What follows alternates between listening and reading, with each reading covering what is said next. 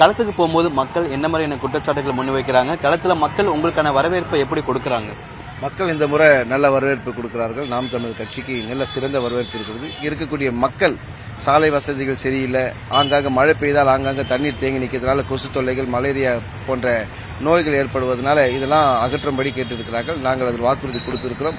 நாங்கள் கொடுக்கிற வாக்குறுதி அநேக வீடுகளிலே தண்ணீர் இல்லாமல் இருக்கிறபடினால் இந்த வெயில் காலத்தில் லாரிகள் மூலமாக தண்ணீர் நிரப்பப்படுகிறது. ஆகவே அது பிரச்சனைக்குரிய ஒரு ஸ்டேட்மெண்ட்டாக இருக்கிறதுனால நாங்கள் வீடுகள் தோறும் அது கல்வி கொடுப்பது போல வீடுகள் தோறும் தண்ணீர் குழாய்கள் தரும் என்று சொல்லி வாக்கு கொடுத்திருக்கிறோம். ஜெயக்குமார் ரிட்டையர்ட் ஆயிடுச்சு. அவர் ஓய்வு பெற வேண்டிய காலத்தில் மறுபடியும் களத்தில் இறங்க ஆசைப்படுகிறார்.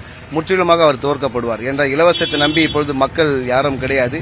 இது ஏற்கனவே இருந்த ஒரு எம்எல்ஏ இருந்தார். அவர் பேர் ஐட்ரீம் மூர்த்தி என்று சொல்வார்கள். அவர் வந்த அன்னைக்கு எம்எல்ஏவான பிறகு அதன் பிறகு வரவே இல்லை. இப்போ என்னன்னு சொன்னா, அவர் புது பொம்மைக்கு ஒரு குழந்தைக்கு ஒரு புது பொம்மை கிடைத்தால் எப்படி இருக்கும், அதே மாதிரி மாற்று வேட்பாளரை அறிவித்திருக்கிறார்.